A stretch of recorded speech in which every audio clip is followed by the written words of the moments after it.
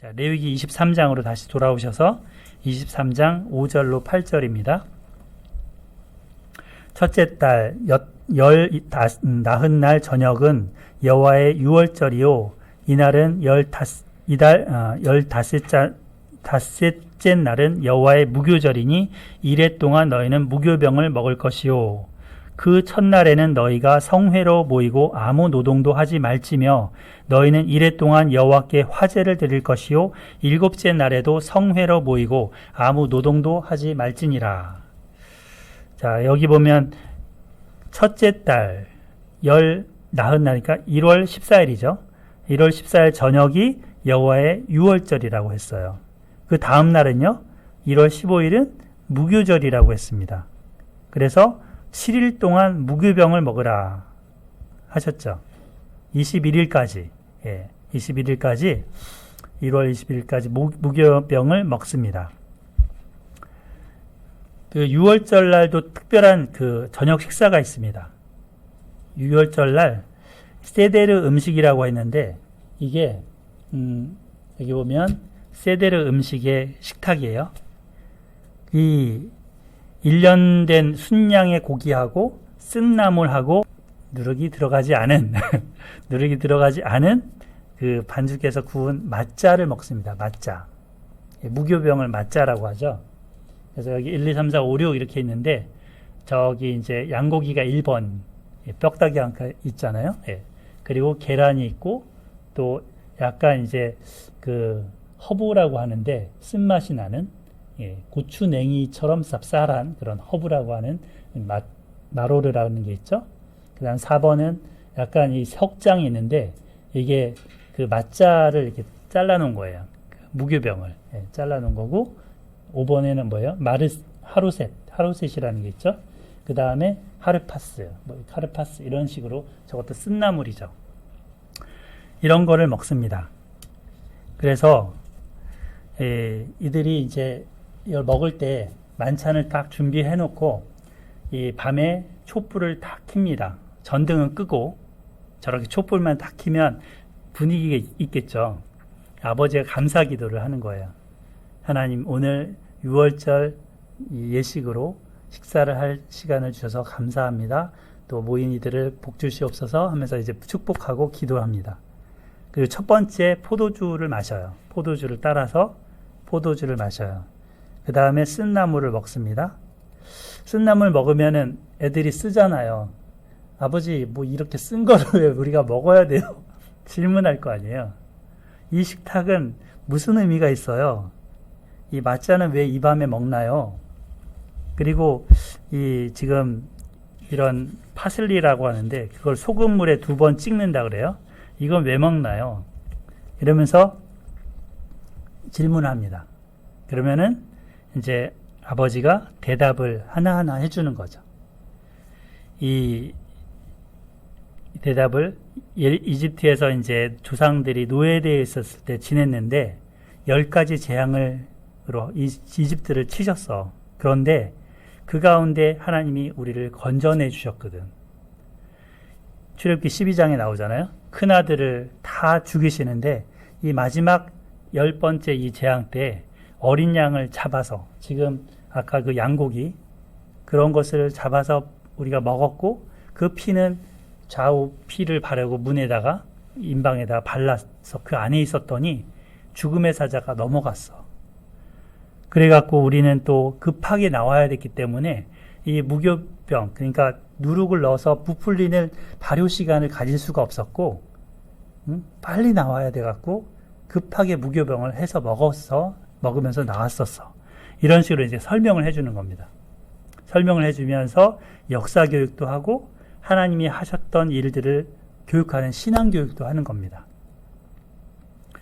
자녀들에게 신앙 전통이 물려가는 그런 시간인 거죠. 하나님의 구원의 손길을 감사하는 시간인 거죠. 그리고 찬송시를 읽고 이제 두 번째 포도잔을 마십니다. 찬송시는 시편 113편부터 118편이 있는데 그 시편을 읽어요. 그리고 이제 포도잔을 마십니다. 그리고 또 양고기도 먹고 맛자도 먹습니다. 이렇게 하면서 성찬식 때처럼 우리가 양정훈 집사님이 이렇게 직접 무교병을 집에서 구워 오셔갖고 그걸 먹어봤잖아요. 어떻던가요, 맛이? 약간 담백하고 고소하고 막 좋았긴 하죠. 근데 자주 먹기는 좀 그렇겠다라는 생각을 가졌었습니다.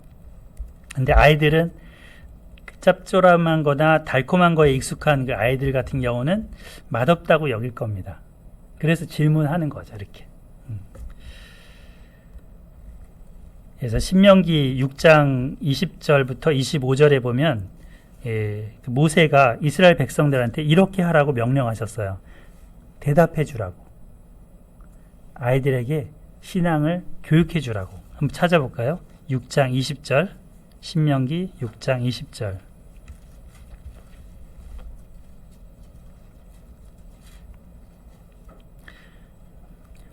후일에 네 아들이 또는 네 딸이 너한테 묻기를 우리 하나님 여호와께서 명령하신 증거와 규례와 법도가 무슨 뜻입니까?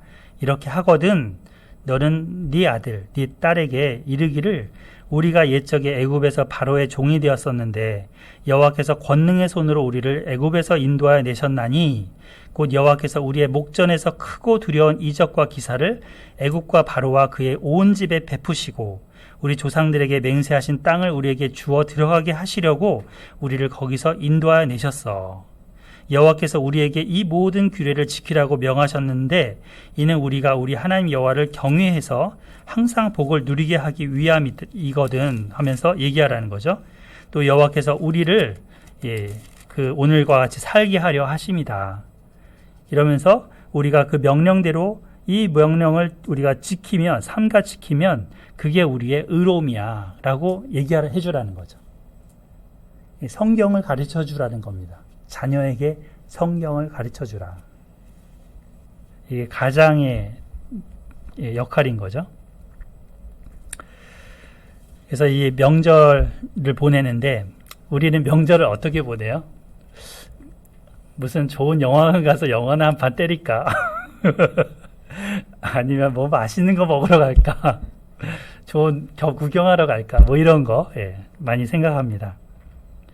보통 자녀에게 이번 명절에는 뭘 가르칠까? 어떤 신앙적인 교육을 할까? 그 고민은 참 접어두죠. 근데 성경의 명절을 보내는 거는 이렇게 자녀 교육의 기회로 삼으라는 겁니다. 감사하게도 오늘 우리 다니엘도 오고 성결이 나경이도 와서 같이 이 말씀을 나눌 수 있어서 참으로 감사합니다. 이스라엘은 참 지혜롭게도 그 맛있는 거 먹을 때, 즐거울 때 교훈해요.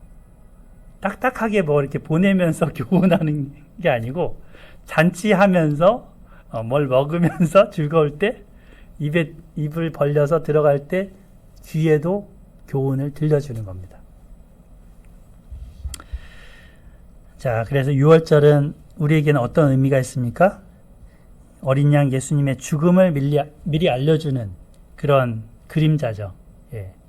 그리고 예수님께서 이제 죽으셨을 때 그 피를 발랐던 것처럼 그 어린 양의 피를 발랐던 것처럼 우리 마음에 바르게 되면 죽음의 심판으로부터 벗어난다는 그것을 보여줍니다. 그래서 우리는 성찬식을 통해서 양고기를 먹듯이 그 무교병을 먹고 포도주를 마시는 거죠. 자, 그 다음 날은 무슨 날이라고요?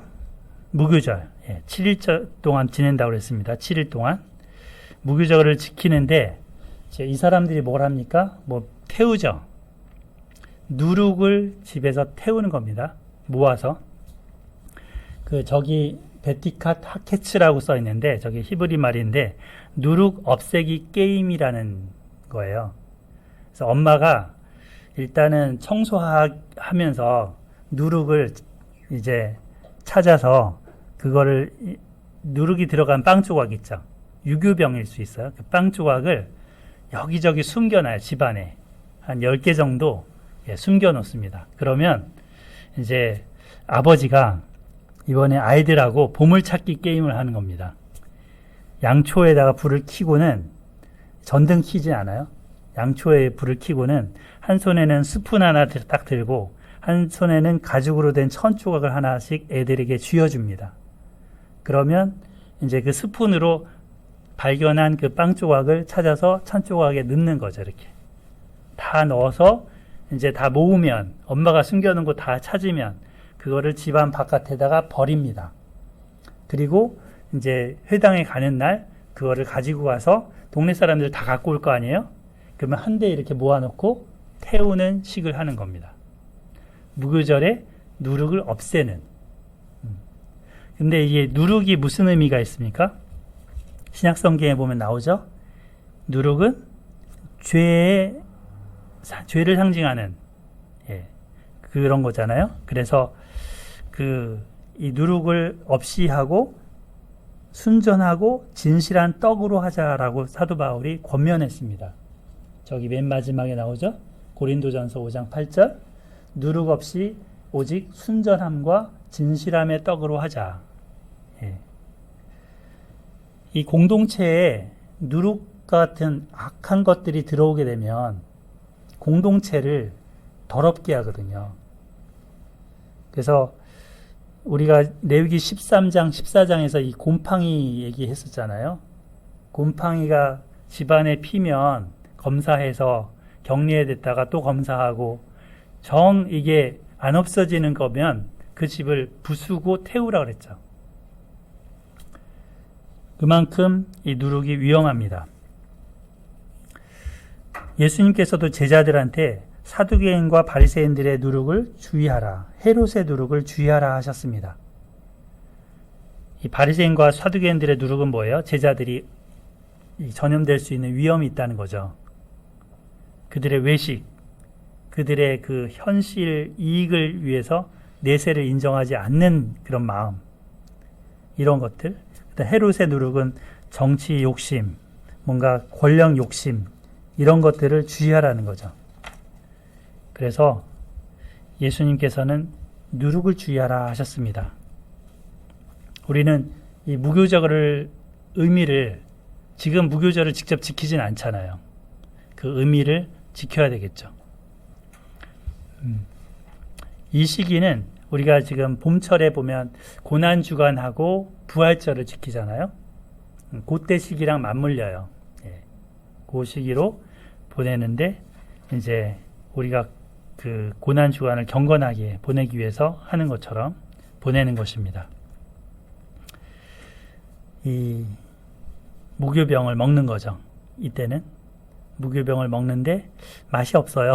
그냥 고소하긴 해도 담백하긴 해도 맛은 별로 안 나요. 근데 매일 먹는 밥도 별로 이렇게 맛은 잘 안 나잖아요. 그런데 좋은 양질의 양식은 이렇게 먹어야 됩니다. 조미료 범벅된 것들은 멀리해야 됩니다. 이상한 것들은 멀리해야 됩니다. 누룩을 멀리해야 됩니다. 자, 초실절에 대해서 보겠습니다. 9절부터 10절입니다. 23장. 제가 9절 읽을 테니까 여러분이 10절 읽어주세요. 여호와께서 모세에게 말씀하여 이르시되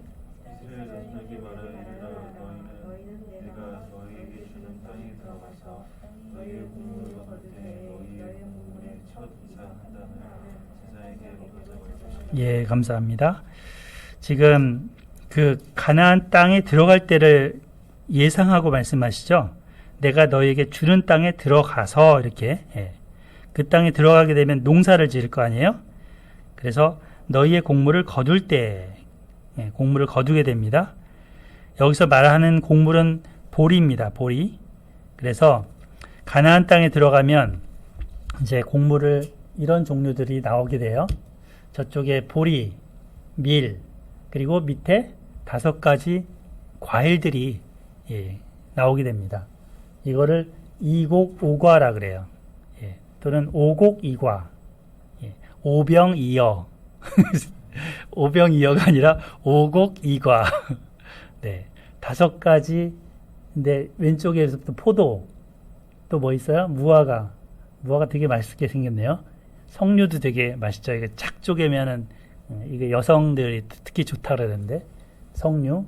그 다음에 올리브는 짜면 기름이 나오죠. 그리고 대취하자. 이거를 꿀이라고도 합니다. 그래서 신명기에 보면 꿀이라고 그냥 표현하고 있습니다. 저걸 갖고 꿀을 만든대요. 그래서 이 오곡 이과를 거두게 되는데 이 가운데 처음 거 저기 보리를 일단 수확해서 그거를 드리게 되는 절기입니다. 이게 초실절. 11절부터 14절을 보면 안식일 이튿날이라는 말이 나오죠. 11절에 안식일 이튿날에 흔들 것이며. 안식일 이튿날이 언제예요?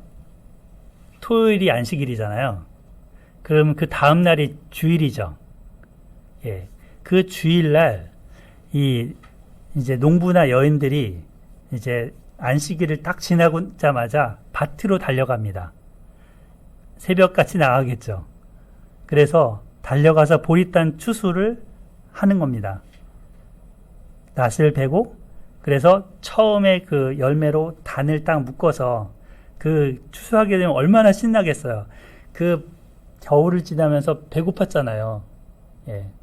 이걸로 빵을 해먹을 기대와 감격과 뭐 이런 마음으로 신나서 흔들면서, 여기 보면 흔들 것이며 이러잖아요. 흔들면서 제사장한테 가지고 옵니다. 감사해서, 기뻐서. 가지고 와서 먼저 그거를 알리고 바치면서 이제 나머지 단들을 자르는 거죠. 자, 근데 안식 후 첫날 여인들이 또 다른 장소를 가는 곳이 예수님 때 있었습니다.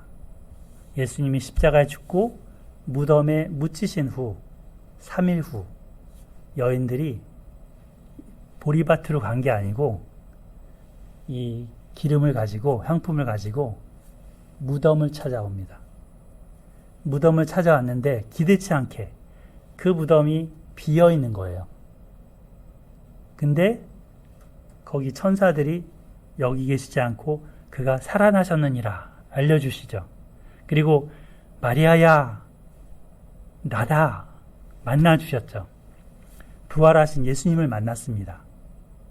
이 부활하신 예수님은 여기서 보였던 그 첫 단입니다. 초실절에 저 보리의 첫 단이라고요. 첫 열매인 거죠. 다시 죽음을 권세를 이기고 살아나심으로 인해서 이제 예수님한테 붙어있는 이 보리이삭에 붙어있는 여러 가지들이 같이 살아나는 겁니다. 그래서 고린도전서 15장 20절 말씀에는 사도 바울이 예수님이 잠자는 자들의 첫 열매가 되셨도다 하셨습니다. 잠자는 자들의 첫 열매. 예수님이 부활하심으로 인해서 이제는 사망 권세가 이제는 폐해지고 없어지고 사망 권세를 예수님이 이기심으로 우리도 죽음을 두려워하지 않게 됐을 뿐 아니라 다시 육체의 부활을 소망하게 된 거죠. 그래서 이 고린도전서에 보면 잠자는 자들의 첫 열매뿐만 아니라 그리스도께 속한 자들이 다시 살아날 것이다 라는 말씀을 하셔요. 자, 데살로니가 전서 4장 13절에는 이런 말씀이 있습니다. 이와 같이 예수 안에서 자는 자들도 하나님이 그와 함께 데리고 오시리라. 예수님 재림하실 때 놀라운 일들이 일어나는데 지금 보통 죽으면 화장하잖아요. 또는 매장하잖아요. 그 죽어있던 육체에 새로운 몸을 하나님이 입혀주신다는 거예요. 그 죽어있는 옛날 같은 몸이 아니고 이렇게 뭐 다리 부러지거나 눈이 이렇게 막 잘 안 보이거나 이런 눈도 아니고 정말 영광스러운 몸, 신령한 몸을 입혀주신다는 거예요. 그때가 있을 거라고 성경은 약속하고 있어요. 그때가 한 번도 있은 적이 없었기 때문에 실감이 안 나는 거예요, 지금. 근데 이 절기를 통해서 예수님은 지금 보여주는 거예요. 성경은 보여주는 거죠. 첫 결실, 이 초실절을 통해서 우리 모든 성도들의 부활을 말씀하고 있는 겁니다. 우리의 소망이 이게 산소망인 거죠. 그 다음에 이제 15절부터는 77절 이야기입니다. 77절은 15절부터 22절까지 언급이 됩니다. 15절 안식일 이튿날 곧 너희가 요제로 곡식단을 가져온 날부터 세어서 7 안식일의 수효를 채우고, 이 오메르라고 하는데 이 단을 오메르라고 해요. 한 단을. 그래서 한 단 한 단을 이렇게 셀 때 오메르라고 하는데, 날짜를 셀 때도 한 오멜, 2 오멜, 3 오멜 하면서 49 오멜을 셉니다. 예. 그래서 여기 보면 곡식단을 가져온 날부터 7 안식일의 수요를 채우라. 그러니까 49일까지 오멜을 세는 거죠. 16절에 7 안식일 이튿날까지 합하여, 그러면 어떻게 돼요? 50일이 되는 거죠. 50일. 50일을 계수하여 새 소제를 여호와께 드리되. 이래서 이제 새 소제를 드리는데, 이때는 뭐를 드리느냐?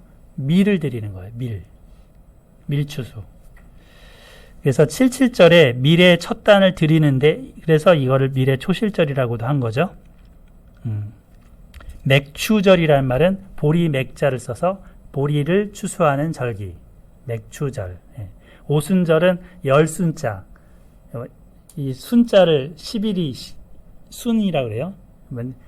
1순, 2순, 3순, 4순, 5순에서 5순, 50일째 되는 날.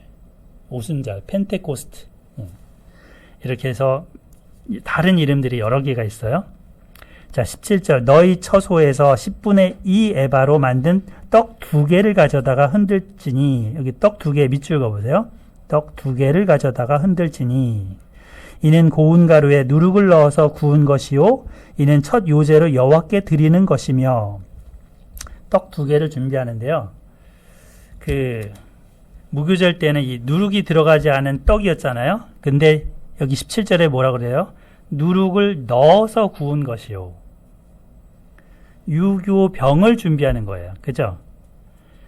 그래서 우리 명절 때 보면 전을 굽잖아요. 전. 며느리들 전을 굽습니다. 전을 저희는 다 구워놨어요. 일주일 전에. 미리 먹으려고.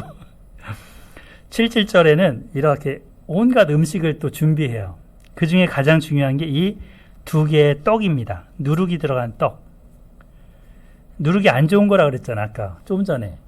뭐, 죄라고 했잖아요. 근데 이걸 왜 이제 허용할까요? 오순절 사건 기억나나요? 교회가 탄생했던 사도행전 2장의 사건. 예. 성령께서 예루살렘에 모였던 제자들에게 임하셨죠. 이 절기를 지키려고 왔던 그 유대인들한테 복음이 전파됐습니다. 이때 베드로 설교를 듣고 회개한 사람이 3,000명이나 된다고 했어요. 그래서 이후로는 고넬료를 비롯한 이방인들이 예수님을 믿기 시작합니다. 그러면서 거기 보면 고운 가루에 누룩을 넣으라 그랬죠. 고운 가루에 누룩을 넣으라. 이 고운 가루와 같은 이스라엘 유대 그리스도인과 누룩과 같은 이방인 그리스도인들이 하나가 된 거예요. 교회가 하나가 된 거예요. 그들이 이스라엘 편에서 보면 이방인들은 누룩이거든요. 악한 영향력을 끼치는. 근데 성령이 오심으로 인해서 이제는 이방인 그리스도인들도 교회 내로 들어오고 한 떡이 된 겁니다. 그래서 그 떡으로 만들게 된 거죠. 또 뿐만 아니라 이 두 덩어리라고 그랬는데, 이제 예수님이 떡이시잖아요. 나는 생명의 떡이다. 나를 먹으라. 근데 내 이후에 보혜사 성령을 보내실 건데 그가 와서 너에게 모든 걸 가르칠 것이고 하면서 보혜사 성령님을 약속하시죠. 그분은 나랑 똑같은 분이다. 쌍둥이처럼 똑같은 분이다. 그 떡이 성령님이 오시는 거예요. 그래서 이 77절의 저 두 떡은 이 보혜사, 진짜 원래 보혜사였던 예수님과 다시 오실 다른 보혜사, 성령님을 상징한다고 합니다. 그래서 이 절기를 미리 말씀을 해주신 거죠.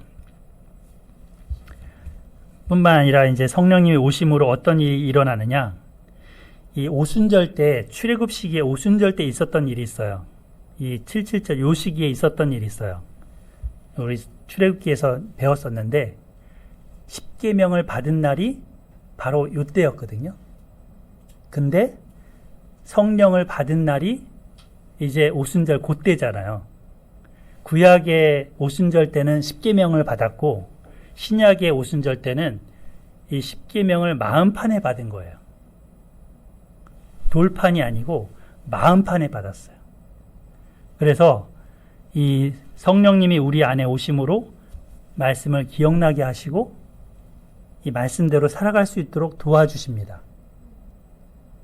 이것이 7.7절의 의미입니다. 신약의 의미. 성령이 오셨네.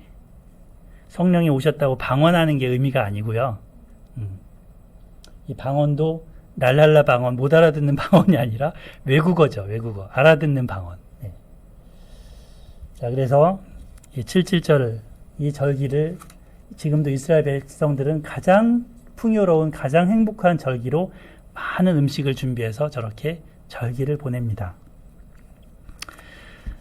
자, 우리는 이 이스라엘 봄철의 절기, 네 가지를 보았습니다. 이 절기 때 그들은 양도 잡고, 소도 잡고, 또 지금 이 초실절 때 염소도 잡고, 그래서 번제도 드리고, 소제도 드리고, 속제제, 화목제 다 드리죠. 예.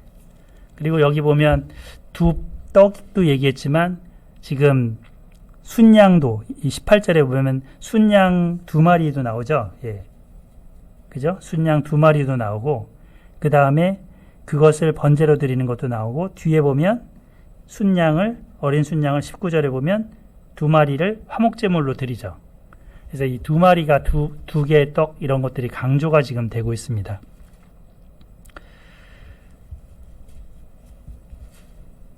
자, 그래서 이 말씀들을 하신 이후에, 자, 초실절, 이 맥주절, 7.7절, 그리고 오순절이라고 하는 이 절기에는 뭘 한다고요?